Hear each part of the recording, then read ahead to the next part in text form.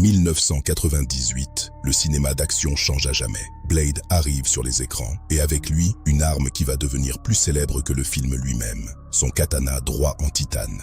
Pour comprendre cette arme, il faut remonter aux racines. En 1973, dans The Tomb of Dracula, Blade ne portait pas de sabre. Il chassait avec des pieux en bois, symbole d'une lutte traditionnelle et presque artisanale contre le mal. Durant les années 80, son arsenal se modernise, mais il reste fidèle aux armes de Jet. Le concept d'un sabre de samouraï tactique n'était pas encore né, attendant l'étincelle créatrice du cinéma. Dès la scène d'ouverture, le sabre fait sa démonstration. C'est une extension de Blade, une faucheuse d'argent dans une marée de sang vampires. Pour incarner le Daywalker, il fallait un acteur capable de manier cette lame avec une crédibilité totale. Wesley Snipes, expert en arts martiaux, était ce choix évident. Le maniement tactique de Blade ignore la garde traditionnelle. C'est un style d'escrime moderne, où chaque mouvement est une exécution chirurgicale. Le réalisateur Stephen Norrington voulait une arme qui tranche avec le passé. Fini les katanas traditionnels, Blade aurait un sabre tactique, droit et futuriste. Blade Trinity conclut la saga avec un arsenal de pointe, mais le katana reste l'épine dorsale de son équipement, immuable face à la technologie. L'un des moments les plus marquants reste le piège à main. Un système mécanique brutal conçu pour punir quiconque oserait défier le maître. Mais le film n'est que la surface. Pour comprendre la légende, il faut plonger dans la physique et l'histoire de cette lame unique. Pour le tournage, plusieurs versions coexistaient. Le Hero en métal poli, le Stunt en résine pour les cascades et le Balsa pour les chocs violents. Le sabre en bois de balsa permettait des chocs violents, une astuce technique indispensable pour garantir l'intensité des combats sans risquer de blesser les acteurs ou de détruire les décors. Face au Reaper, le katana est mis à rude épreuve. Blade doit adapter son style, privilégiant la précision chirurgicale à la force brute. Dans Blade 2, le sabre évolue sous l'œil de Guillermo del Toro. Les combats deviennent plus viscéraux, plus complexes, contre une nouvelle race de monstres. Le plaquage en argent est le poison biologique des vampires. Sa fusion avec le titane crée l'arme hybride parfaite entre science et mythe. Le titane n'est pas qu'un mot cool dans le script. Il apporte une légèreté cruciale pour les chorégraphies acrobatiques de Wesley Snipes. Sa forme droite n'est pas une invention moderne. Elle s'inspire du chokuto, le sabre antique du Japon, symbole d'une efficacité brute sans fioriture. On y retrouve aussi l'ADN du ninjato, une arme de guerrier de l'ombre, optimisée pour le combat en milieu restreint et la rapidité de dégainage. L'impact est tel que le sabre a influencé des décennies de comics, de jeux vidéo et même l'esthétique de films comme John Wick.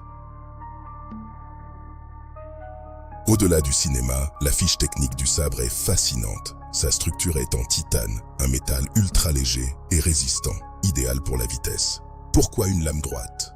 Blade s'inspire du shokuto, un sabre japonais archaïque utilisé bien avant l'apparition du katana courbe traditionnel. Mais c'est son plaquage en argent qui le rend légendaire. Dans cet univers, c'est le poison ultime, capable de réduire n'importe quel vampire en cendres. Au contact du sang, l'argent déclenche une réaction en chaîne. C'est cette science fictive mais cohérente qui fait du sabre de Blade l'arme biologique la plus efficace de son univers. Le katana de Blade restera gravé dans les mémoires comme l'arme ultime du chasseur de vampires. Une légende d'argent et de titane. Pour donner vie à cette arme, il fallait un véritable expert. Wesley Snipes, ceinture noire 5e dan de karaté et expert en Hapkido, était l'homme de la situation. Les glyphes sur la poignée racontent une histoire oubliée. Certains experts y voient des incantations protectrices ou des marques de clan. Dans le lore, ces glyphes font écho au livre d'Erebus, la Bible des vampires. Le sabre n'est pas qu'une arme, c'est un texte sacré écrit en métal et en sang. L'absence de garde traditionnelle, ou tsuba, est un choix ergonomique majeur.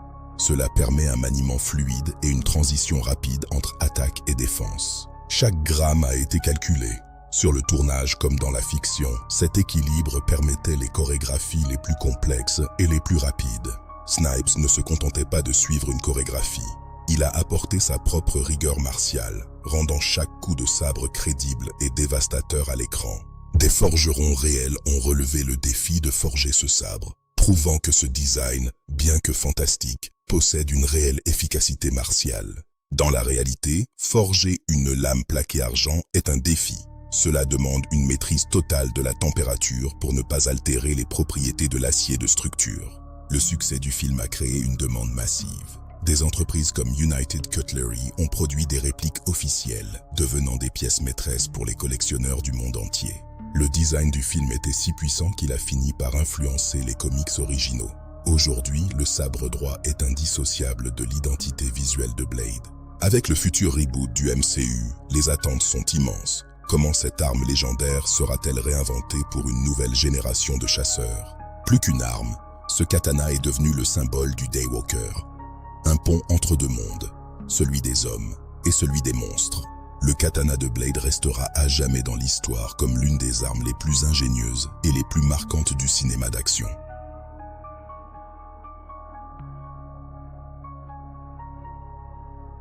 Dans Blade 2, on découvre que les glyphes sur l'épée de Drake, le premier vampire, répondent à ceux du sabre de Blade, une symétrie symbolique voulue par Guillermo del Toro.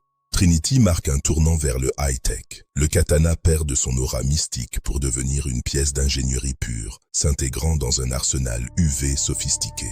Comparé à Deadpool qui utilise deux katanas traditionnels, Blade se distingue par son choix d'une lame unique et droite.